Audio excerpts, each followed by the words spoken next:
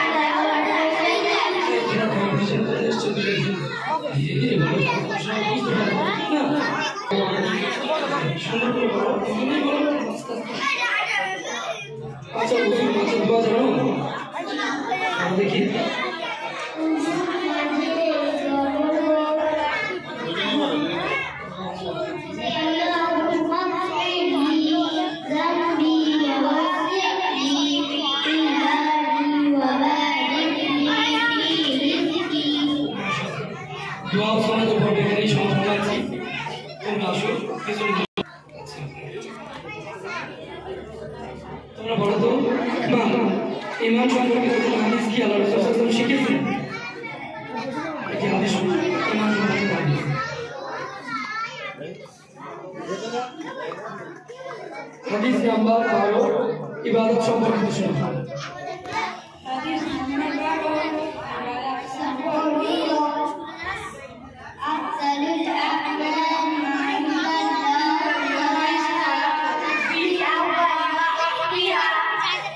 মাশাআল্লাহ।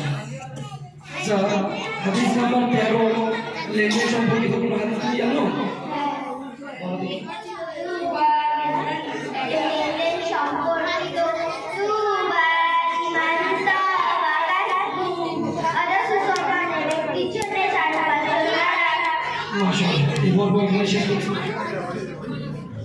এরপরে আমি আহ্বান করি আসুন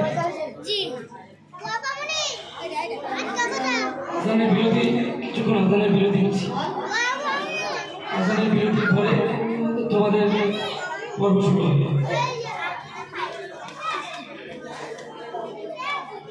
কোন নবীর হাতে লোহার ন্যায় নরম হয়ে যেত? হযরত দাউদ আলাইহিস সালামের হাতে লোহা মোমের ন্যায় নরম হয়ে যেত। এই দাউদ আলাইহিস সালাম কে ছিলেন? কার পুত্র ছিলেন? হযরত দাউদ আলাইহিস সালামের পুত্র হযরত সুলাইমান আলাইহিস সালাম ছিলেন। কোন সাহাবীকে ফেরেশতারা গোসল দিয়েছিলেন? হযরত হানজালা রাদিয়াল্লাহু আনহুকে ফেরেশতারা গোসল দিয়েছিলেন। কোন সাহাবীকে উম্মতের আমানতদার বলেছিলেন? কোন সাহাবীকে রাসূলুল্লাহ সাল্লাল্লাহু আলাইহি ওয়াসাল্লাম উম্মতের আমানতদার বলেছিলেন? হযরত আবু উবাইদা বিন জাররাহ রাদিয়াল্লাহু তাআলা উম্মতের আমানতদার বলেছিলেন। কোন সাহাবীকে সাইফুল্লাহ অর্থাৎ আল্লাহর তরবারি উপাধি ছিল? হযরত খালিদ বিন ওলীদ রাদিয়াল্লাহু আনহুর উপাধি ছিল। সাহাবীর নাম এসেছে কোরআনে, কোন সাহাবীর নাম এসেছে? হযরত জায়েদ বিন হারিসা রাদিয়াল্লাহু তাআলা আনহুর নাম কোরআনে এসেছে। মাশাআল্লাহ। এই পর্বে এখানে শেষ করি। তুমি কি জানো আমাদের প্রিয় নবী সাল্লাল্লাহু আলাইহি ওয়াসাল্লামের পূর্বে পৃথিবীর অবস্থা কেমন ছিল? ঠিক আছে। পূর্বে পৃথিবীর অবস্থা ছিল অত্যন্ত ভয়াবহ। চারিদিকে মৃত্যুরা, দুর্নীতি, ডাকাতি, মিথ্যা, প্রতারণা, মদ, জুয়া, ব্যবসা, এবং অশ্লীলতার হাহাকার ছিল।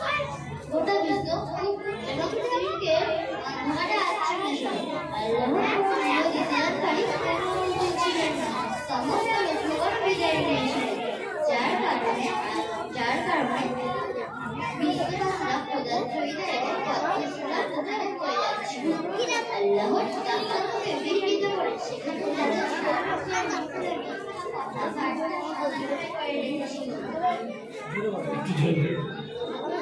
আল্লাহর কিতাবসমূহের বিকৃত করে সেখানে তাদের স্বার্থের অনুকূলে মিথ্যা কথা বার্তা সম্মেলন করে রেখেছিল। সাধারণ মানুষ পাথরের মূর্তি তৈরি করে তার প্রার্থনা করত। দেবী দেবতার প্রতি বিশ্বাস এবং তাদের পূজারত ছিল। তাদের নামে জীবজন্তু মান্যবন্ত পোশাক ছড়াত। গাছপালা, পাহাড়, পর্বত, নদী, নালা, জড় পদার্থ সবই তাদের উপাস্য ছিল। মোট কথা যত লোক তত লোক ছিল। মাশাআল্লাহ। চলো এবার আসা আরবিতে আছে শেখ রিফাত ইসলাম। শেখ রিফাত এবং ইসলাম দুই দিক দিয়ে আগে আসো। আসসালামু আলাইকুম ওয়া রাহমাতুল্লাহি ওয়া বারাকাতুহু। ইসমাইল, তুমি বলো তো বর্ণনা ইংরেজি কি বলা হয়?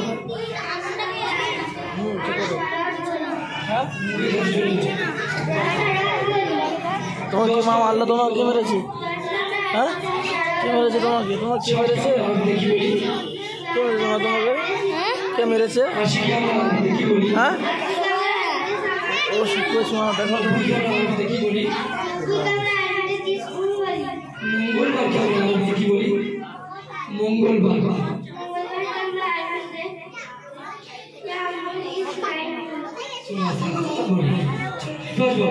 সোমবার রবিবারকে আরবিতে কি বলি? সোমবারকে কি বলি? শুক্রবারকে কি বলি? শনিবারকে কি বলি? আমাদের এখানে ছাত্রছাত্রী আলহামদুলিল্লাহ তৃতীয় বছরে এসে সমস্ত বারের নাম, সপ্তাহের দিন সমূহের নাম এবং আরবিতে 10, 20, 30, 40 এগুলো কি বলা হয়। আরবিতে এই গল্পটা আমরা এখানে শেষ করছি, সেটা আমরা জেনেই নিলাম যে গোলাবাড়ি বক্তৃতার জন্য তৈরি থাকবে। গোলাবাড়ি 1 মিনিট বাকি আছে। বসে যাও, বসে যাও, তুমি বসে যাও। বাচ্চারা চুপ করো। সম্মানিত দর্শক শ্রোতা মণ্ডলী, আমার বক্তৃতার বিষয়বস্তু হল নামাজের গুরুত্ব। নাহমাদুহু ওয়া নুসাল্লি আলা রাসূলিহিল কারীম, আম্মা বা'দ। আল্লাহ তাআলা সমগ্র মানব জাতিকে নিজের ইবাদতের জন্য সৃষ্টি করেছে। ইবাদতের মধ্যে সবচেয়ে গুরুত্বপূর্ণ আমল হল নামাজ। নামাজের মাধ্যমে মানুষ আল্লাহর সঙ্গে কথা বলে। যখন সে সাজদা করে আল্লাহ তাআলা কোরআন শরীফে কয়েক জায়গায় নামাজ প্রতিষ্ঠা করার নির্দেশ দিয়েছে। এটা এটাই ইবাদতকে আমাদের নবী সাল্লাল্লাহু আলাইহি ওয়াসাল্লামকে নিজের কাছে রেখে নামাজ পড়ার নির্দেশ দিয়েছেন। এবং মুসলমানদের উপর 5 ওয়াক্ত নামাজ ফরজ হয়েছে। আমাদের প্রিয় সাল্লাল্লাহু আলাইহি ওয়াসাল্লাম জীবন দশায় অতি গুরুত্ব সহকারে নামাজের প্রতি যত্নশীল ছিলেন, এমনকি নিজের শেষ মুহূর্তেও নামাজ পড়ার নির্দেশ দিয়েছিলেন। সুতরাং আমাদের নামাজের প্রতি যত্নশীল হওয়া উচিত। মহান আল্লাহ তাআলা আমাদের সকলকে নিয়মিত 5 ওয়াক্ত নামাজ পড়ার তৌফিক দান করুন। আমিন। ওয়া আখিরু দাওয়ানা আলহামদুলিল্লাহি রাব্বিল আলামিন। মাশাআল্লাহ, আমাদের যদি কত সুন্দর নামাজের গুরুত্ব নিজের বক্তব্য দ্বারা জানিয়ে দিল এবং বুঝিয়ে দিল। সে একটা সুন্দর করে গায়ে হতে পারে এবং যারা সকলকে বোঝার তৌফিক দান করুন এবং এর প্রতি আমল করার তৌফিক দান করুন। আমিন। নামাজের জন্য প্রস্তুতি নেব, শুধু একটা সময় বাকি নেই। কিসের নামাজ শুরু হতে চলেছে।